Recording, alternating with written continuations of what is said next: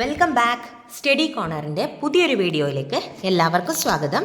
ഇന്ന് നമ്മൾ തേർഡ് ചാപ്റ്ററിൻ്റെ കണ്ടിന്യൂഷനാണ് നോക്കുന്നത്. നമ്മൾ ലാസ്റ്റ് പറഞ്ഞു നിർത്തിയത് കണ്ണിലൂടെയുള്ള പ്രകാശത്തിൻ്റെ പാത വരെയാണ് പറഞ്ഞു നിർത്തിയത്. നിങ്ങൾ പഠിച്ചു, കോർണിയ കടഞ്ഞ് ഐറിസിലൂടെ പാസ് ചെയ്ത് പ്യൂപ്പിളിലൂടെ പാസ് ചെയ്ത് ഐ ലെൻസിലെത്തി വിട്രിയസ് ദ്രവം വഴി കടന്നുപോയി അല്ലേ. പിന്നീട് റെറ്റിനയിലെത്തുന്നു. റെറ്റിനയിലാണ് പ്രതിബിംബം രൂപം കൊള്ളുന്നത് എന്ന് നമ്മൾ പഠിച്ചു കഴിഞ്ഞു. ഓക്കെ, ഇനി ഇതിൻ്റെ കണ്ടിന്യൂവേഷനാണ് നമുക്ക് പഠിക്കാനുള്ളത്. നേരെ ക്ലാസ്സിലേക്ക് പോവാം. സബ്സ്ക്രൈബ് ചെയ്യാത്ത ആരെങ്കിലും വീഡിയോ കാണുന്നുണ്ടെങ്കിൽ ഒന്ന് സബ്സ്ക്രൈബ് ചെയ്യുക. നിങ്ങളുടെ അഭിപ്രായങ്ങൾ, നിങ്ങളുടെ വിലയേറിയ അഭിപ്രായങ്ങൾ കമൻറ്റുകളായി രേഖപ്പെടുത്തുക. ഓക്കെ, അപ്പോൾ ലൈക്കും കമൻറ്റും ഒക്കെ പ്രതീക്ഷിക്കുന്നുണ്ട്. അപ്പോൾ നമുക്ക് നേരെ ക്ലാസ്സിലേക്ക് പോവാം. അപ്പോൾ ഇനി നമുക്ക് പഠിക്കാനുള്ളത് കോർണിയക്ക് പിന്നിൽ കാണപ്പെടുന്ന ഭാഗമാണ് ഐറിസ് എന്ന് നമ്മൾ പഠിച്ചു കഴിഞ്ഞു അല്ലേ. ഐറിസിനെ കുറിച്ച് നമ്മൾ പഠിച്ചു. രക്തപടലത്തിൻ്റെ ഫ്രണ്ട് പാർട്ടാണ് ഇത് ഐറിസ്. നല്ല ഡാർക്ക് കളറിൽ കാണുന്ന ഭാഗമാണ് ഐറിസ്. മുകളിലും ഉണ്ട് താഴെയുണ്ട്. അതായത് 2 ഐറിസുകൾ കാണപ്പെടുന്നു. ഈ 2 ഐറിസിൻ്റെയും ഇടയിൽ ഒരു ഗ്യാപ്പ് ഉണ്ടെന്ന് മക്കൾ പഠിച്ചല്ലോ. ഈ ഗ്യാപ്പിനെ വിളിക്കും മക്കളെ. എന്താ വിളിക്കുക? ആ സുഷിരത്തെ വിളിക്കുന്ന പേരെന്താ? ദ്വാരത്തെ വിളിക്കുന്ന പേരെന്താ? പ്യൂപ്പിൾ. ഓക്കെ, മുകളിലും താഴെയായിട്ട് ഐറിസ് കാണപ്പെടുന്നു. 2 ഐറിസുകൾക്കിടയിൽ എന്തുണ്ട്? പ്യൂപ്പിൾ ഉണ്ട്. സാധാരണഗതിയിൽ 2 മുതൽ 3 വരെ മില്ലിമീറ്റർ ആണ് ഇതിൻ്റെ വലുപ്പം. ഓക്കെ, നമ്മുടെ പ്യൂപ്പിളിൻ്റെ നോർമൽ സൈസ് എന്ന് പറയുന്നത് 2 മുതൽ 3 വരെ മില്ലിമീറ്റർ. ഇത് നോർമൽ സൈസ്. എന്നാൽ ഈ പറഞ്ഞ നമ്മുടെ പ്യൂപ്പിളിന് എന്ത് ചെയ്യാൻ പറ്റും? അതിൻ്റെ സൈസിൽ വേരിയേഷൻസ് വരുത്താൻ വേണ്ടി പറ്റും. സൈസ് കൂടാനും കുറയാനും പറ്റും. എങ്ങനെയാണിത് സാധ്യമാകുന്നത്? ഓക്കെ, നമ്മുടെ പ്യൂപ്പിളിന് സൈസ് കൂട്ടാനും കുറക്കാനും സാധ്യമാണ്. അതെങ്ങനെ? അതായത് പ്യൂപ്പിളിൻ്റെ വലിപ്പം കൂടുന്നതിലൂടെ സാധാരണയിലും 16 മടങ്ങധികം പ്രകാശത്തെ റെറ്റിനയിലേക്ക് കൊണ്ടുവരാൻ വേണ്ടി പറ്റും. മക്കളെ, ഇത്രേ ചിന്തിക്കണ്ടു. നല്ല സന്ധ്യാസമയമാണ്, വലിയ വെളിച്ചമൊന്നുമില്ല. ഓക്കെ, നിങ്ങൾ വായിക്കാനിരിക്കുകയാണ്, അല്ലെങ്കിൽ നിങ്ങൾ കാര്യമായിട്ട് എന്തെങ്കിലും ചെയ്യുകയാണ്, അല്ലെങ്കിൽ നിങ്ങളുടെ കൈ തട്ടി കുറച്ച് എന്തെങ്കിലും താഴെ പോയി നിങ്ങൾക്കത് പറക്കി വെക്കണം. കുറച്ച് ചെറിയ സൈസുള്ള സാധനം നിങ്ങൾക്കത് പറക്കി വെക്കണം അല്ലേ. നിങ്ങളത് എടുത്ത് വെക്കണം. നിങ്ങൾക്ക് കണ്ണ് കാണണ്ടേ? ലൈറ്റ് ഇല്ല കേട്ടോ, കറണ്ട് ഇല്ല. ഓക്കെ, വളരെ മങ്ങിയ പ്രകാശം മാത്രമേ ഉള്ളൂ. അപ്പോൾ ഈ പ്രകാശത്തിൽ നിങ്ങൾക്കത് പറക്കി വെക്കാൻ വേണ്ടി പറ്റണമെങ്കിൽ നിങ്ങളുടെ കണ്ണിൻ്റെ പ്യൂപ്പിളിൻ്റെ വലിപ്പം കൂടണം. പ്യൂപ്പിളിൻ്റെ വലിപ്പം കൂടുന്നത് വഴി കൂടുതൽ പ്രകാശം കണ്ണിനകത്തേക്ക് കടന്നു വരും. ഓക്കെ, അത് നിങ്ങളുടെ പ്രോപ്പർ വിഷന് സഹായിക്കും. അതായത് മങ്ങിയ പ്രകാശത്തിൽ നിങ്ങൾക്ക് കൃത്യമായി കാര്യങ്ങൾ കാണാൻ നിങ്ങളെ സഹായിക്കുന്നു. ഓക്കെ, നമുക്കൊന്നുകൂടെ പറയാം. കോർണിയക്ക് പിന്നിൽ കാണപ്പെടുന്ന ഭാഗമാണ് ഐറിസ്. ഐറിസിൻ്റെ മധ്യഭാഗത്തെ സുഷിരം പ്യൂപ്പിൾ എന്നറിയപ്പെടുന്നു. 2 മുതൽ 3 വരെ മില്ലിമീറ്റർ ആണ് പ്യൂപ്പിളിൻ്റെ സാധാരണ വലുപ്പം. അതിൻ്റെ നോർമൽ സൈസ് 2 to 3 മില്ലിമീറ്റർ. അത് പഠിച്ചു വെക്കണേ. പ്യൂപ്പിളിൻ്റെ നോർമൽ സൈസ് എന്ന് പറയുന്നത് 2 മുതൽ 3 വരെ മില്ലിമീറ്റർ ആണ്. പ്യൂപ്പിളിൻ്റെ വലിപ്പം കൂടുന്നതിലൂടെ സാധാരണയിലും 16 മടങ്ങധികം പ്രകാശത്തെ റെറ്റിനയിലേക്ക് പതിപ്പിക്കാൻ പറ്റും. അതായത് പ്യൂപ്പിളിൻ്റെ സൈസ് ഇൻക്രീസ് ആയിക്കഴിഞ്ഞാൽ ഏകദേശം 16 മടങ്ങ്, നോർമലി വരുന്ന ലൈറ്റിൻ്റെ 16 മടങ്ങധികം ലൈറ്റ് കണ്ണിലേക്ക് എത്തിച്ചേരും. ഓക്കെ, അപ്പോൾ ഏത് സന്ദർഭത്തിലാണ് പ്യൂപ്പിളിന് വലിപ്പ വ്യത്യാസം വരേണ്ടത് നിങ്ങൾക്ക് മനസ്സിലായോ? പ്യൂപ്പിളിൻ്റെ സൈസ് കൂടേണ്ടത് എപ്പോഴാ? മങ്ങിയ പ്രകാശത്തിൽ. അതേസമയം പ്യൂപ്പിൾ ചെറുതാവേണ്ടത് എപ്പോഴാ? നല്ല പ്രകാശത്തിൽ, അതായത് തീവ്ര പ്രകാശത്തിൽ. ഓക്കെ, അതായത് നല്ല ലൈറ്റ് കണ്ണിലേക്ക് അടിച്ചു കയറുന്ന സമയത്ത്, അങ്ങനെ കയറിക്കഴിഞ്ഞാൽ നമ്മുടെ കണ്ണിൻ്റെ റെറ്റിനെയൊക്കെ അത് ബാധിക്കും. ഓക്കെ, കണ്ണിൻ്റെ റെറ്റിനൊക്കെ ഡാമേജ്ഡ് ആയി പോവും. നമ്മുടെ കണ്ണിനെ അത് ദോഷകരമായി ബാധിക്കും. അതുകൊണ്ട് തന്നെ കണ്ണിനകത്തേക്ക് ലൈറ്റ് കയറുന്നത് കുറക്കണം. അങ്ങനെ കുറക്കണമെങ്കിൽ എന്ത് സംഭവിക്കണം? പ്യൂപ്പിളിൻ്റെ സൈസ് കുറയണം. അപ്പം മക്കൾക്ക് കണ്ടന്റ് കിട്ടിയെന്ന് കരുതുന്നു. പ്യൂപ്പിളിൻ്റെ സൈസ് കൂടേണ്ടത് മങ്ങിയ പ്രകാശത്തിലും പ്യൂപ്പിളിൻ്റെ സൈസ് കുറയേണ്ടത് തീവ്രപ്രകാശത്തിലുമാണ്. എന്നാൽ മാത്രമേ കണ്ണിനകത്തേക്ക് വരുന്ന ലൈറ്റിനെ അഡ്ജസ്റ്റ് ചെയ്യാൻ വേണ്ടി പറ്റുള്ളൂ. ഓക്കെ, ഇനി എങ്ങനെയാണ് ഇതിൻ്റെ സൈസ് കൂടുകയും കുറയും ചെയ്യുന്നത്? പ്യൂപ്പിളിൻ്റെ വലിപ്പം നിയന്ത്രിക്കുന്നത് ഐറിസിലെ റേഡിയൽ പേശികളും വലയ പേശികളുമാണ്. ഐറിസിനകത്ത് 2 പേശികളുണ്ട്. ഓക്കെ, റേഡിയൽ പേശികളും വലയ പേശികളും. 2 തരം പേശികളാണ് എവിടെയുള്ളത്? നിങ്ങളുടെ കണ്ണിൻ്റെ ഐറിസിനകത്തുള്ളത്. നോക്കണേ, നമ്മുടെ ശരീരം എന്തൊക്കെ കാര്യങ്ങൾ അടങ്ങിയതാണല്ലേ, എന്തൊക്കെ അത്ഭുതങ്ങൾ ചേർന്നതാണ് നമ്മുടെ ശരീരം. ഓക്കെ, അപ്പോൾ പ്യൂപ്പിളിൻ്റെ വലിപ്പം നിയന്ത്രിക്കുന്നത് ഈ ഐറിസിനകത്തെ റേഡിയൽ പേശികളും വലയ പേശികളുമാണ്. മങ്ങിയ പ്രകാശത്തിൽ വസ്തുക്കളെ വ്യക്തമായി കാണണം. തീവ്രപ്രകാശത്തിൽ റെറ്റിനയ്ക്ക് കേടുപാട് വരാനും പാടില്ല. അപ്പം ഇതിനു വേണ്ടിയിട്ടാണ് നമ്മൾ എന്ത് ചെയ്യുന്നത്, നമ്മളല്ല നമ്മുടെ ഐറിസ് എന്ത് ചെയ്യുന്നത്, പ്യൂപ്പിളിൻ്റെ വലിപ്പം ക്രമീകരിക്കുന്നത്. ഓക്കെ, മനസ്സിലായല്ലോ. അപ്പോൾ ഈ സ്ലൈഡിൽ ഈ കാണിച്ചിരിക്കുന്നതിൽ നിങ്ങൾക്ക് ഇനി ഡൗട്ടൊന്നും ഇല്ലല്ലോ? ഇല്ല. അപ്പം നോർമൽ പ്യൂപ്പിളിൻ്റെ സൈസ് എത്രയാണെന്ന് പറഞ്ഞോ? ഞാൻ എൻ്റെ സ്ലൈഡ് നോക്കണ്ട, അല്ലെങ്കിൽ നിങ്ങളുടെ ടെക്സ്റ്റ് ബുക്ക് നോക്കണ്ട, പറഞ്ഞോ. നോർമൽ സൈസ് എത്രയാ? 2 മുതൽ 3 വരെ മില്ലിമീറ്റർ. ഏത് സന്ദർഭത്തിലാണ് പ്യൂപ്പിളിൻ്റെ സൈസ് കൂടേണ്ടത്? പ്യൂപ്പിളിൻ്റെ സൈസ് കൂടേണ്ടത് പറഞ്ഞോ? മങ്ങിയ പ്രകാശത്തിൽ. ഓക്കെ, അപ്പോൾ മങ്ങിയ പ്രകാശത്തിൽ പ്യൂപ്പിളിൻ്റെ സൈസ് കൂടണം. എപ്പോൾ കുറയണം? തീവ്രപ്രകാശത്തിൽ സൈസ് കുറയണം. ഇല്ലെങ്കിൽ എന്ത് സംഭവിക്കും? കണ്ണിന് ഡാമേജ് പറ്റും, കണ്ണിന് കേടുപാടുകൾ സംഭവിക്കും. ഓക്കെ, നെക്സ്റ്റ് ഇതിൻ്റെ വർക്കിംഗ് എങ്ങനെയാണെന്ന് നോക്കാം. ഓക്കെ, അപ്പോൾ ആദ്യത്തെ ചിത്രം നോക്കിയേ, അത് തീവ്രപ്രകാശത്തിലുള്ള ചിത്രമാണ്. ഓക്കെ, തീവ്രപ്രകാശത്തിലെ കണ്ണിൻ്റെ ഐറിസിനും പ്യൂപ്പിളിനും എന്ത് വ്യത്യാസം സംഭവിക്കുന്നു എന്നുള്ള ചിത്രമാണ് ഒന്നാമത്തത്. എന്താ സംഭവിക്കാന്നറിയോ? വലയപേശികൾ. വലയം, ആ പേര് സൂചിപ്പിക്കുന്നത് പോലെ തന്നെ എന്താണത്? റൗണ്ട് സർക്കുലർ ഷേപ്പാണ് ഇതിന്. ഓക്കെ, റൗണ്ട് ഷേപ്പാണ് ആ പേശികൾക്ക്. വലയപേശികൾ സങ്കോചിക്കും. വലയപേശികൾ എന്ത് ചെയ്യുന്നു? സങ്കോചിക്കുന്നു. വലയപേശികൾ സങ്കോചിക്കുന്ന സമയത്ത് പ്യൂപ്പിളിൻ്റെ സൈസ് കുറയും. ഓർത്തു വെക്കണേ, തീവ്രപ്രകാശത്തിൽ എന്ത് സംഭവിക്കുന്നു? തീവ്രപ്രകാശത്തിൽ എന്ത് സംഭവിക്കുന്നു? വലയപേശികൾ സങ്കോചിക്കുന്നു. തീവ്രപ്രകാശത്തിൽ വലയപേശികൾ സങ്കോചിച്ചു കഴിഞ്ഞാൽ പ്യൂപ്പിളിൻ്റെ സൈസ് കുറയുന്നു. കിട്ടിയല്ലോ. ഇനി സാധാരണ പ്രകാശത്തിലേക്ക് എത്തുമ്പോഴത്തേക്കോ, നോർമൽ ലൈറ്റിലേക്ക് വരുമ്പോഴോ ഇതിന് പ്രത്യേകിച്ച് മാറ്റങ്ങളൊന്നും സംഭവിക്കുന്നില്ല. പ്യൂപ്പിൾ നമ്മുടെ നോർമൽ സൈസ് തന്നെ, അതായത് 2 മുതൽ 3 മില്ലിമീറ്റർ വരെയുള്ള സൈസിൽ പ്യൂപ്പിൾ നിൽക്കുന്നു. ഇനി നിങ്ങൾ ചിന്തിച്ചോ, ഇരുണ്ട പ്രകാശം അല്ലെങ്കിൽ മങ്ങിയ പ്രകാശം. ഇരുണ്ട പ്രകാശം എന്ന് പറയില്ല അല്ലേ, മങ്ങിയ പ്രകാശം. അപ്പോൾ മങ്ങിയ പ്രകാശത്തിൽ എന്താ സംഭവിച്ചത്? വലയപേശികൾക്ക് മാറ്റമൊന്നും സംഭവിച്ചില്ല. പക്ഷെ ആര് സങ്കോചിച്ചു? റേഡിയൽ പേശികൾ സങ്കോചിച്ചു. റേഡിയൽ പേശികൾ സങ്കോചിച്ച സമയത്ത് എന്ത് സംഭവിച്ചു?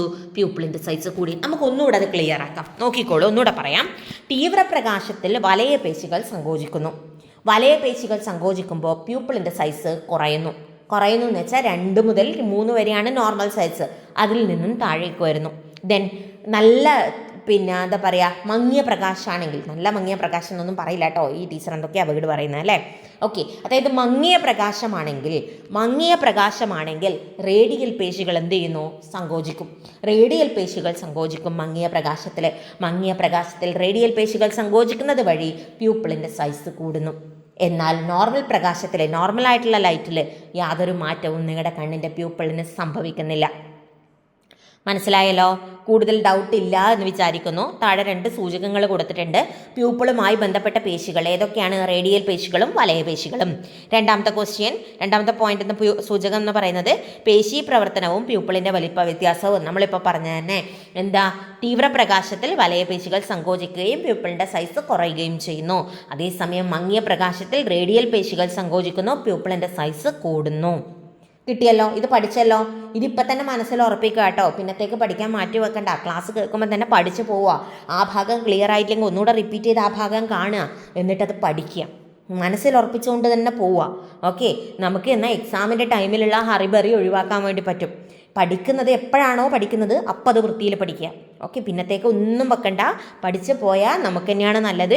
കൂടുതൽ പ്രാക്ടീസ് ക്വസ്റ്റ്യൻസ് നമുക്ക് ചെയ്ത് നോക്കാൻ വേണ്ടി സമയം കിട്ടും. അങ്ങനെ ആകുമ്പോൾ റിവിഷന് കൂടുതൽ സമയം കിട്ടും, നിങ്ങൾക്ക് കൂടുതൽ മാർക്ക് സ്കോർ ചെയ്യാൻ പറ്റും. ഓക്കെ, അപ്പോൾ നെക്സ്റ്റ് ലെൻസിന്, ഇനി നമ്മുടെ കണ്ണിൻ്റെ ലെൻസിനെ കുറിച്ചാണ് പറയുന്നത്. ലെൻസിന് പ്രധാനപ്പെട്ട 3 ഭാഗങ്ങളുണ്ട്. നിങ്ങൾക്കറിയാം, നിങ്ങളുടെ കണ്ണിൻ്റെ സ്ട്രക്ചർ മനസ്സിൽ വേണം. ഇനി ചിത്രമൊന്നും കാണിക്കൂല, മനസ്സിലുണ്ടാവണം സ്ട്രക്ചർ. ഏറ്റവും ഫ്രണ്ടിൽ ആരുണ്ട്? കോർണിയുണ്ട്. കോർണിയയുടെ തൊട്ട് പുറകിലായി മറ പോലെ ആര് കണ്ടു? ഐറിസ് കണ്ടു. 2 ഐറിസിനിടയിൽ ആരുണ്ട്? എന്നെ വെയിറ്റ് ചെയ്യേണ്ട, നിങ്ങൾ പറഞ്ഞോ, എന്നെക്കാളും മുമ്പേ നിങ്ങൾ പറ. 2 ഐറിസിനിടയിൽ എന്തുണ്ട്? പ്യൂപ്പിളുണ്ട്. ഈ പ്യൂപ്പിളിൻ്റെ തൊട്ട് പുറകിലായിട്ട് എന്ത് കാണുന്നു? പറഞ്ഞോ, എന്ത് കാണുന്നു? പ്യൂപ്പിളിൻ്റെ തൊട്ട് പുറകിൽ ലെൻസ് കാണുന്നു. എങ്ങനത്തെ ലെൻസാണ്? കോൺവെക്സ് ലെൻസാണ്. ലെൻസിനും കോർണിയക്കും ഇടയിലുള്ള അറ ഏതാണ്? ലെൻസിനും കോർണിയക്കും ഇടയിലുള്ള അറ അക്വസ് അറ. അക്വസ് അറയിൽ എന്ത് നിറഞ്ഞിരിക്കുന്നു? അക്വസ് ദ്രവം നിറഞ്ഞിരിക്കുന്നു. അക്വസ് ദ്രവം എവിടെ നിന്നുണ്ടാകുന്നു? രക്തത്തിൽ നിന്നുണ്ടാകുന്നു. തിരിച്ചെങ്ങോട്ട് തന്നെ പോകുന്നു? രക്തത്തിലേക്ക് തന്നെ പുനരാഗിരണം ചെയ്യപ്പെടുന്നു. അതുകൊണ്ട് എന്താ ഗുണം? കോർണിയക്കും അതുപോലെ ലെൻസിനും ആവശ്യമായിട്ടുള്ള പോഷക ഘടകങ്ങളും ന്യൂട്രിയൻസും അക്വസ് ദ്രവം കൊടുക്കും. ഇത് മനസ്സിൽ വെക്കണേ. ഇനി നമ്മൾ ലെൻസിനെ കുറിച്ചാണ് പറയുന്നത്. ലെൻസിന് 3 ഭാഗങ്ങളുണ്ട് മക്കളെ. ഒന്ന് ഇലാസ്തിക സ്വഭാവമുള്ള ക്യാപ്സ്യൂൾ എന്ന ഉറ. അതായത് ഒരു ഔട്ടർ മോസ്റ്റ് കവറിങ് ഉണ്ട്. നിങ്ങൾ ഈ ഗുളിക കണ്ടിട്ടില്ലേ? നമ്മുടെ ഒരു പ്ലാസ്റ്റിക് ടൈപ്പ് ഗുളിക, ഒരു ഒറേൻ്റെ ഉള്ളിൽ വരുന്ന ഗുളിക, ഒരു ക്യാപ്സ്യൂൾ ടൈപ്പ് ഗുളിക. അതിങ്ങനെ നമുക്ക് വലിച്ചെടുക്കുക, 2 പീസാക്കാൻ വേണ്ടി പറ്റും. അതായത് മുകളിലോട്ടും താഴോട്ടും വലിച്ചു കഴിഞ്ഞാൽ ആ ഉറയുന്നത് ഊരിപ്പോരും. ഓക്കെ, അപ്പോൾ അതുപോലെ തന്നെ ഒരു ഔട്ടർ മോസ്റ്റ് കവറിങ്, അതിനെയാണ് എന്ത് വിളിക്കുക? ക്യാപ്സ്യൂൾ എന്ന് വിളിക്കുക. ഓക്കെ, ഇലാസ്തിക സ്വഭാവമുള്ള ക്യാപ്സ്യൂൾ എന്ന ഉറയുണ്ട്. ഓക്കെ, ലെൻസിൻ്റെ ഏറ്റവും പുറമെ ക്യാപ്സ്യൂൾ എന്ന ഉറയുണ്ട്. നമുക്കിവിടെ ചിത്രം കാണാം. ഈ റൈറ്റ് സൈഡിൽ കൊടുത്തിരിക്കുന്ന, ആ നീല കളറിൽ കൊടുത്തിരിക്കുന്നതാണ് നമ്മുടെ ലെൻസ്. ലെൻസിൻ്റെ ഏറ്റവും പുറമെ നല്ല കട്ടിയിൽ നീല കളറിൽ കൊടുത്തിരിക്കുന്ന സാധനമാണ് അതിൻ്റെ ക്യാപ്സ്യൂള്. മനസ്സിലായല്ലോ? ഏറ്റവും പുറമേ ഉള്ളതാണിത് ക്യാപ്സ്യൂള്. തിരിച്ചു വരാം. അതിനുള്ളിൽ, ആ ഉറയ്ക്കുള്ളിൽ, ക്യാപ്സ്യൂളിനുള്ളിൽ ലെൻസ് നാരുകൾ കാണപ്പെടുന്നു. ക്യാപ്സ്യൂളിനുള്ളിൽ എന്ത് കാണപ്പെടുന്നു? ലെൻസ് നാരുകൾ കാണപ്പെടുന്നു. ക്യാപ്സ്യൂളിൻ്റെ ഉള്ളിൽ എന്താ ഉള്ളത്? ലെൻസ് നാരുകളാണ്. അതായത് ക്യാപ്സ്യൂളിനുള്ളിലായിട്ട് കുറേ ഫൈബർ ടൈപ്പ് സാധനങ്ങൾ നിങ്ങൾക്ക് കാണാം. റൗണ്ട് വരച്ചിട്ടുണ്ട് അവിടെ അല്ലേ? അത് ഫൈബറാണ്. ഓക്കെ, ഫൈബർ പോലത്തെ സാധനങ്ങളാണ്, നാര് പോലത്തെ സാധനങ്ങളാണ്. അതിനെ വിളിക്കും ലെൻസ് നാരുകൾ. അതായത് ലെൻസ് ഫൈബേഴ്സ് എന്ന് വിളിക്കും അതിനെ. ലെൻസ് നാരുകൾക്കും ക്യാപ്സ്യൂളിനും ഇടയിൽ, മൂന്നാമത്തെ ഭാഗം പറയാൻ പോന്നെ, ലെൻസ് നാരുകൾക്കും ക്യാപ്സ്യൂളിനും ഇടയിൽ, ഏതാ ക്യാപ്സ്യൂള്? Outer most covering. അതിൻ്റെ ഉള്ളിലായിട്ട് സർക്കുലർ ഷേപ്പിൽ വരുന്നതാണ് എന്തെന്ന്? ലെൻസ് നാരുകൾ. ഈ ലെൻസ് നാരുകൾക്കും ക്യാപ്സ്യൂളിനും ഇടയിൽ മുൻഭാഗത്ത് മാത്രം, അതായത് കണ്ണിൻ്റെ മുൻഭാഗത്ത്, ലെൻസിൻ്റെ മുൻഭാഗത്ത് മാത്രം കാണപ്പെടുന്ന എപ്പിത്തീലിയം എന്ന് പറയുന്ന ഒരു ഭാഗവും കൂടിയുണ്ട്. നോക്കിയേ, നമ്മുടെ കണ്ണ് അല്ലേ? നമ്മുടെ കണ്ണിനകത്ത് ലെൻസ്, ആ നീല കളറിലെ ചിത്രം നോക്കുക, അതാണ് നമ്മുടെ ലെൻസിന് ഏറ്റവും പുറമേ എന്തുണ്ട്? ക്യാപ്സ്യൂളുണ്ട്. ക്യാപ്സ്യൂളിൻ്റെ ഉള്ളിലായിട്ട് എന്തുണ്ട്? കുറേ ഫൈബർ ലൈക്ക് മെറ്റീരിയൽ ഉണ്ട് അല്ലേ? അതായത് കുറേ നാര് പോലത്തെ ഭാഗങ്ങളുണ്ട്. അതിനെന്ത് വിളിക്കും? ലെൻസ് നാരുകൾ എന്ന് വിളിക്കും. ഈ ലെൻസ് നാരിനും ക്യാപ്സ്യൂളിൻ്റെയും ഇടക്ക് ഫ്രണ്ട് ഭാഗത്തായിട്ട്, ലെൻസിൻ്റെ മുൻഭാഗത്തായിട്ട് ഒരു പ്രത്യേകതരം കോശങ്ങളെയും കൂടി കാണും. ആ കോശങ്ങളെ നമ്മൾ വിളിക്കും എപ്പിത്തീലിയം. ഓക്കെ, ഈ ലെൻസ് നാരുകളെ, കണ്ണിനകത്ത് ലെൻസിനകത്ത് ലെൻസ് നാരുകളുണ്ട്, ഫൈബർ പോലത്തെ ഭാഗമുണ്ടെന്ന് നമ്മൾ പറഞ്ഞു. ഈ ലെൻസ് നാരുകളെ ആജീവനാന്തം നിർമ്മിച്ചു കൊണ്ടിരിക്കുന്നത് എപ്പിത്തീലിയമാണ്. അതായത് ലെൻസ് നാരുകൾ പ്രൊഡ്യൂസ് ചെയ്യുന്നത് എപ്പിത്തീലിയം ആണ്. ഒന്നുകൂടെ പറയാം, ലെൻസിന് 3 ഭാഗങ്ങൾ: ഔട്ടർ മോസ്റ്റ് കവറിങ്, ക്യാപ്സ്യൂളിനകത്ത് എന്ത് കാണുന്നു? ലെൻസ് നാരുകൾ കാണപ്പെടുന്നു. ലെൻസ് നാരുകൾക്കും ക്യാപ്സ്യൂളിനും ഇടയിൽ ലെൻസിൻ്റെ മുൻഭാഗത്തായി കാണപ്പെടുന്നവയാണെന്ത്? എപ്പിത്തീലിയം. ഈ എപ്പിത്തീലിയമാണ് ലെൻസ് നാരുകളെ നിർമ്മിച്ചു കൊണ്ടിരിക്കുന്നത്. നമ്മൾ ചാവുന്നവർ നമ്മുടെ കണ്ണിൻ്റെ ഉള്ളിൽ, ലെൻസിൻ്റെ ഉള്ളിൽ എന്തുണ്ടാവണം? ലെൻസ് നാരുകൾ പ്രൊഡ്യൂസ് ചെയ്തുകൊണ്ടിരിക്കണം. അങ്ങനെ ലെൻസ് നാരുകളെ പ്രൊഡ്യൂസ് ചെയ്യുന്ന ആളാണ് ആര്? ഈ എപ്പിത്തീലിയം. അപ്പോൾ കണ്ണിൻ്റെ, നമ്മുടെ ലെൻസിൻ്റെ 3 ഭാഗങ്ങൾ കൃത്യമായി മനസ്സിലായല്ലോ? ഇനി പഠിക്കണം, ഇമ്പോർട്ടൻ്റ് ആണേ. നമുക്ക് 1 വേർഡ് ക്വസ്റ്റ്യൻസിൽ എക്സ്പെക്റ്റ് ചെയ്യാൻ പറ്റുന്ന ഒരാളാണ് ഇനി പറയുന്നത്. ലെൻസിൻ്റെ മുഖ്യ നിർമ്മാണ ഘടകം ക്രിസ്റ്റലിൻ എന്ന പ്രോട്ടീനാണ്. നമ്മുടെ കണ്ണിൻ്റെ ലെൻസിൻ്റെ മുഖ്യ നിർമ്മാണ ഘടകം എന്താണ്? ക്രിസ്റ്റലിൻ എന്ന പ്രോട്ടീനാണ്. കണ്ണിൻ്റെ മുഖ്യ നിർമ്മാണ ഘടകം ഏതാണ്? ക്രിസ്റ്റലിൻ എന്ന പ്രോട്ടീനാണ്. കണ്ണ് നിർമ്മിച്ചിരിക്കുന്നത് എന്തുകൊണ്ടാണ്? ക്രിസ്റ്റലിൻ എന്ന പ്രോട്ടീൻ കൊണ്ടാണ്. ഓർത്തു വെച്ചോ, ഇമ്പോർട്ടൻറ്റ്. ഇനി അക്വസ് ദ്രവത്തിൽ നിന്നാണ് ലെൻസ് പോഷണങ്ങൾ സ്വീകരിക്കുന്നത്. ഞാൻ പറഞ്ഞു കഴിഞ്ഞു അല്ലേ? പ്രായവുമായി ബന്ധപ്പെട്ട മാറ്റങ്ങൾ ലെൻസിൻ്റെ വഴക്കത്തെയും സുതാര്യതയും ഒപ്പം കാഴ്ചയെയും ബാധിക്കും അല്ലേ? നമുക്ക് വയസ്സാവുന്നതിന് കണക്കായിട്ട് നമ്മൾ തൊണ്ടന്മാരും തൊണ്ടികളൊക്കെ ആയി മാറുന്ന സമയത്ത് അല്ലേ, അപ്പൂപ്പനും അമ്മൂമ്മയും ഒക്കെ ആയി മാറുന്ന സമയത്ത് നമ്മുടെ കണ്ണിൻ്റെ ലെൻസിന് കുറേ മാറ്റങ്ങൾ സംഭവിക്കും. എന്താ? പ്രായവുമായി ബന്ധപ്പെട്ട അല്ലേ? കുറേ കാലം ഓടിയില്ലേ, കുറേ കാലം പണിയെടുത്തില്ലേ, നമ്മൾ തന്നെ മാക്സിമം പണിയെടുപ്പിക്കുന്നില്ലേ? ഫോൺ നോക്കിയിട്ടും TV നോക്കിയിട്ടും സിസ്റ്റം നോക്കിയിട്ടും നമ്മൾ തന്നെ ഒരുപടി പണിയെടുപ്പിക്കുന്നില്ലേ അതിനാ? അതുകൊണ്ട് തന്നെ പ്രായമാവുന്ന സമയത്ത് നമ്മുടെ ലെൻസിൻ്റെ വഴക്കവും സുതാര്യതയും ഒക്കെ കുറയാനുള്ള സാധ്യതകളുണ്ട്. അത് ക്രമേണ നമ്മുടെ എന്തിനേയും ബാധിക്കും? കാഴ്ചയെയും ബാധിക്കും. ഓക്കെ, ഓർത്ത് വെച്ചാൽ മതി. അതൊന്നും ബൈഹാർട്ട് പഠിക്കൊന്നും വേണ്ട കേട്ടോ. ഒന്നും ബൈഹാർട്ട് പഠിക്കരുത്, മനസ്സിലാക്കി പഠിക്കുക. ഓക്കെ, മനസ്സിലാക്കി പഠിക്കുക, അതാണ് നമുക്ക് ബെറ്റർ മെത്തേഡ്. Okay, next. അപ്പോൾ നിങ്ങളുടെ കണ്ണിനകത്ത് നിങ്ങളുടെ ലെൻസ്, കണ്ണിൻ്റെ സ്ട്രക്ചർ പറയുമ്പോൾ തന്നെ ഞാൻ പറഞ്ഞിട്ടുണ്ട് നിങ്ങളോട്, കണ്ണിനകത്ത് ഈ ലെൻസ് വെറുതെ അവിടെ നിൽക്കൂല, പിടിച്ചു വെക്കാൻ ആരെങ്കിലുമൊക്കെ വേണമെന്ന് പറഞ്ഞിട്ടുണ്ട് അല്ലേ? പിടിച്ചു വെക്കേണ്ട പേശി ഏതാ? സീലിയറി പേശി. ചിത്രം അവിടെ കൊടുത്തിട്ടുണ്ട്, കുറച്ച് സൂം ചെയ്ത പിക്ചർ കൊടുത്തിട്ടുണ്ട്. കണ്ണിൻ്റെ ലെൻസിനെ പിടിച്ചു വെക്കേണ്ട പേശി ഏതാണ്? സീലിയറി പേശി അല്ലേ? സീലിയറി പേശി. ഇനി സീലിയറി പേശി മാത്രം വിചാരിച്ചാൽ പറ്റുമോ? ഇല്ല, ആരും കൂടെ വേണം? ലിഗമെൻറ്റുകൾ കൂടെ വേണം. ലിഗമെൻ്റ് എന്ന് പറയുന്ന നാര് പോലത്തെ ഒരു ഭാഗമാണ്. ഓക്കെ, ഒരു യോജക കലയാണ്. അപ്പോൾ നാര് പോലുള്ള ഈ ലിഗമെൻറ്റും കൂടി എന്തിനു വേണം? ലെൻസിനെ പിടിച്ച് വെക്കാൻ വേണ്ടി വേണം. ലെൻസിൻ്റെ മുഖ്യ നിർമ്മാണ ഘടകം ഏതാണ്? ഇപ്പം പഠിച്ചു. ലെൻസിൻ്റെ മുഖ്യ നിർമ്മാണ ഘടകം ഏതാണ്? ക്രിസ്റ്റലീൻ എന്ന പ്രോട്ടീൻ. ഓക്കെ, ക്രിസ്റ്റലീൻ എന്ന പ്രോട്ടീൻ ഓർത്ത് വെച്ചോ, ഇടക്കിടക്ക് ഞാനിങ്ങനെ ചോദിക്കൂട്ടോ. അപ്പോൾ നമ്മുടെ സീലിയറി പേശികളുണ്ട്, സീലിയറി പേശികളുമായി കണക്ട് ചെയ്ത ലിഗമെൻസ് ഉണ്ട്. ഇവർ രണ്ടാളും കൂടിയിട്ടാണ് ആരെ പിടിച്ചു വെച്ചത്? ലെൻസിനെ പിടിച്ചു വെച്ചത്. അതായത് ലിഗമെൻറ്റുകളാണ് ലെൻസിനെ സീലിയറി പേശികളിലേക്ക് ഉറപ്പിച്ചിരിക്കുന്നത്. ഓക്കെ, ലിഗമെൻറ്റുകളാണ് ലെൻസിനെ സീലിയറി പേശിയിലേക്ക് കണക്ട് ചെയ്ത് വെച്ചിട്ടുള്ളത്. ഓക്കെ, ക്ലിയർ ആണല്ലോ. നെക്സ്റ്റ്, നമുക്ക് ദൂരെയുള്ള വസ്തുക്കളെയും കാണാൻ പറ്റും, അടുത്തുള്ള വസ്തുക്കളെയും കാണാൻ പറ്റും. ദൂരെ എന്ന് വെച്ചാൽ അങ്ങ് ഒരുപടി കിലോമീറ്റർ അപ്പുറത്തെ വസ്തുക്കളെ ക്ലിയർ ആയി കാണാൻ പറ്റും എന്നല്ല പറയുന്നത്, എങ്കിലും നമുക്ക് ദൂരെ കാഴ്ച സാധ്യമാണ്. ദൂരെയുള്ള സാധനങ്ങളൊക്കെ നമുക്ക് കാണാം. എന്നാലും അടുത്തുള്ള വസ്തുക്കളെ നിങ്ങൾക്ക് കണ്ടൂടെ? അടുത്തുള്ളതിനെയും കാണാം, ദൂരെയുള്ളതിനും കാണാം. അപ്പോൾ അടുത്തും അകലെയുമുള്ള വസ്തുക്കളുടെ പ്രതിബിംബം റെറ്റിനയിൽ കൃത്യമായി പതിപ്പിക്കാൻ നമ്മുടെ കണ്ണിനൊരു കഴിവുണ്ട്. ഈ കഴിവിനെ വിളിക്കും പവർ ഓഫ് അക്കോമഡേഷൻ. ഒന്നുകൂടെ പറയാം. നിങ്ങളുടെ അടുത്ത് നിന്ന് കുറേ ദൂരെ നിൽക്കുന്ന ഒരാൾ, ഓക്കെ, അതുപോലെ നിങ്ങളുടെ തൊട്ടടുത്ത് വന്ന് നിൽക്കുന്ന ഒരാൾ, അല്ലെങ്കിൽ നിങ്ങളുടെ തൊട്ടടുത്തുള്ള നിങ്ങളുടെ പുസ്തകം, കുറേ ദൂരെയുള്ള ഒരു വ്യക്തി അല്ലെങ്കിൽ ഒരു ബസ്, ഇതൊക്കെ നിങ്ങൾക്ക് കാണാൻ പറ്റും. ഓക്കെ, പറ്റുമല്ലോ. എങ്ങനെ? അത് നമ്മുടെ കണ്ണിൻ്റെ ഒരു കഴിവാണ്. ആ കഴിവിനെ വിളിക്കും പവർ ഓഫ് അക്കോമഡേഷൻ. അടുത്തും അകലെയുമുള്ള വസ്തുക്കളുടെ പ്രതിബിംബം റെറ്റിനയിൽ കൃത്യമായി പതിപ്പിക്കാനുള്ള നമ്മുടെ കണ്ണിൻ്റെ കഴിവിനെ വിളിക്കുന്ന പേരാണ് പവർ ഓഫ് അക്കോമഡേഷൻ. ഓക്കെ, ഈ പവർ ഓഫ് അക്കോമഡേഷൻ എങ്ങനെയാണ് സാധ്യമാകുന്നത്?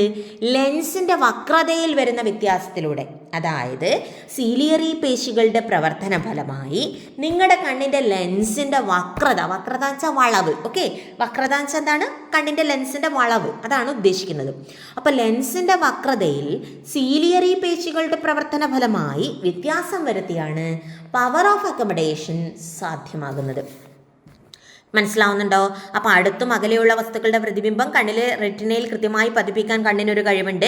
ആ കഴിവിനെ വിളിക്കും പവർ ഓഫ് അക്കോമഡേഷൻ എന്ന് വിളിക്കും. ഈ പവർ ഓഫ് അക്കോമഡേഷൻ സാധ്യമാകുന്നത് സീലിയറി പേശികളുടെ സഹായത്തോടു കൂടിയാണ്. സീലിയറി പേശികൾ എന്താ ചെയ്യുന്നത്? ലെൻസിൻ്റെ വക്രതയിൽ മാറ്റം വരുത്തിക്കൊണ്ട് പവർ ഓഫ് അക്കോമഡേഷൻ സാധ്യമാക്കുന്നു. ക്ലിയർ ആണല്ലോ. നെക്സ്റ്റ്, അതിൻ്റെ ഡീറ്റെയിൽസ് ശ്രദ്ധിച്ചോളൂ. ആദ്യത്തെ ചിത്രം എന്ന് പറയുന്നത് അകലെയുള്ള വസ്തുവിനെ നോക്കുമ്പോഴുള്ള ചിത്രമാണ്. അകലെയുള്ള വസ്തുക്കൾ നിങ്ങൾ ഫിസിക്സിലൊക്കെ പഠിച്ചിട്ടുണ്ട്. നമ്മുടെ ലെൻസിൻ്റെ പ്രത്യേകതകളെ കുറിച്ചൊക്കെ നിങ്ങൾക്ക് അറിയാം.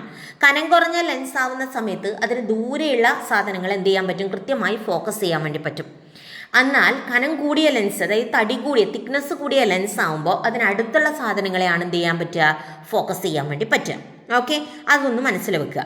അപ്പോൾ ഈ മെലിഞ്ഞ ലെൻസിന്, അതായത് തടി അധികമില്ലാത്ത ലെൻസിന് വക്രത കുറവെന്നും കൂടെ ഓർത്ത് വെക്കുക കേട്ടോ. അതിനധികം വളവില്ല. ഓക്കെ, അപ്പോൾ ഈ തടി കുറഞ്ഞ ലെൻസ് ഫസ്റ്റ് ലെൻസ്, നിങ്ങളുടെ ചിത്രത്തിൽ ആദ്യം കൊടുത്തിരിക്കുന്ന ലെൻസ് വക്രത കുറഞ്ഞ ലെൻസാണ്, അതായത് മെലിഞ്ഞ ലെൻസാണ്, കട്ടി കുറഞ്ഞ ലെൻസാണ്.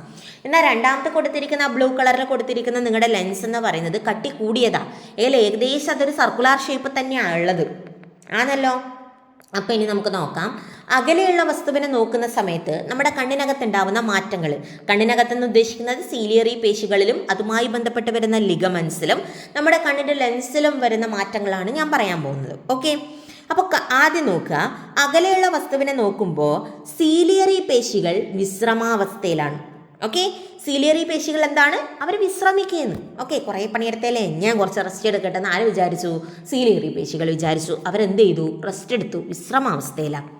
ഒരാൾ വിശ്രമിക്കുമ്പോൾ മറ്റേയാൾക്ക് പണിയെടുക്കേണ്ടി വരും. അപ്പം നോക്കിയേ, ലിഗമെൻറ്റിനെ നോക്കിയേ, ലിഗമെൻറ്റ് എന്ത് ചെയ്തിട്ടുള്ളത്? നല്ല വലിഞ്ഞ് മുറുകി ടൈറ്റായി നിൽക്കുകയാണ്.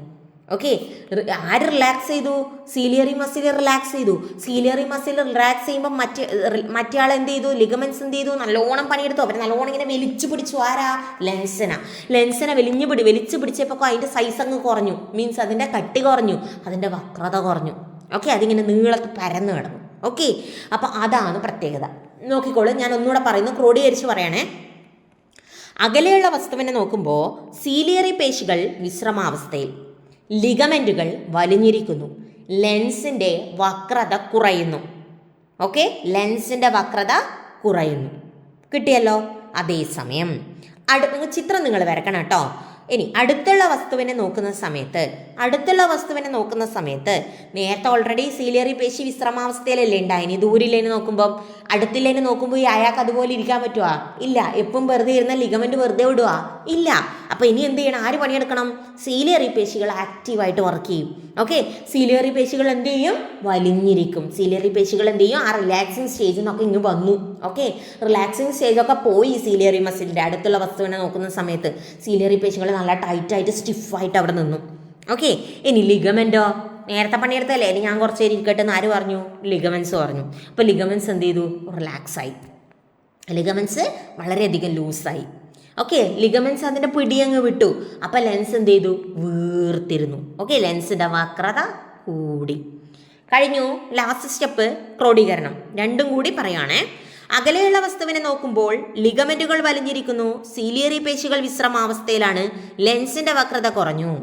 അതേസമയം അടുത്തുള്ള വസ്തുവിനെ നോക്കുമ്പോൾ സീലിയറി പേശികൾ സീലിയറി പേശികൾ ടൈറ്റായിരിക്കുന്നു, സീലിയറി പേശികൾ വലിഞ്ഞു മുറുകിയിരിക്കുന്നു.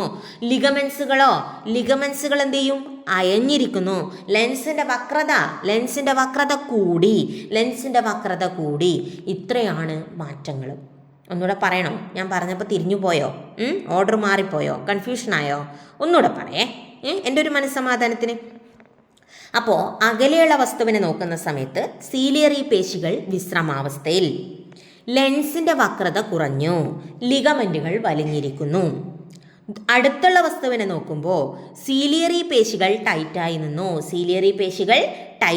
നിന്നു, അതായത് വലിഞ്ഞിരുന്നു. ഇനി ലെൻസിന്റെ വക്രത കൂടി, ലിഗമെന്റ്സുകൾ ലൂസായി. ഓക്കെ, ഇത്രയും മനസ്സിലായോ? അപ്പോൾ അടുത്തുള്ള വസ്തുവിനെ നോക്കുമ്പോഴും അകലെയുള്ള വസ്തുവിനെ നോക്കുമ്പോഴും ഉള്ള മാറ്റം നിങ്ങൾക്ക് മനസ്സിലായി. ഇനി റെറ്റിനയെ കുറിച്ച് പഠിക്കണമെങ്കിൽ കുറച്ചധികം നമുക്ക് പറയാനുണ്ട്. അതുകൊണ്ട് അത് നെക്സ്റ്റ് ക്ലാസ്സിൽ വളരെ പെട്ടെന്ന് തന്നെ ക്ലാസ്സുകൾ അപ്ലോഡ് ചെയ്യുന്നതായിരിക്കും, ലേറ്റ് ആക്കില്ല. അപ്പോൾ നല്ല രീതിയിൽ മക്കളൊന്ന് പഠിക്കുക. എല്ലാവരും ചാനലൊന്ന് സബ്സ്ക്രൈബ് ചെയ്യുക. ലൈക്കും കമൻറ്റും ഒക്കെ പ്രതീക്ഷിക്കുന്നുണ്ട്. ഓക്കെ, അപ്പോൾ നിങ്ങളുടെ കമൻറ്റാണ് നമ്മുടെ മുന്നോട്ട് പോകാനുള്ള ധൈര്യം. Okay, good bye.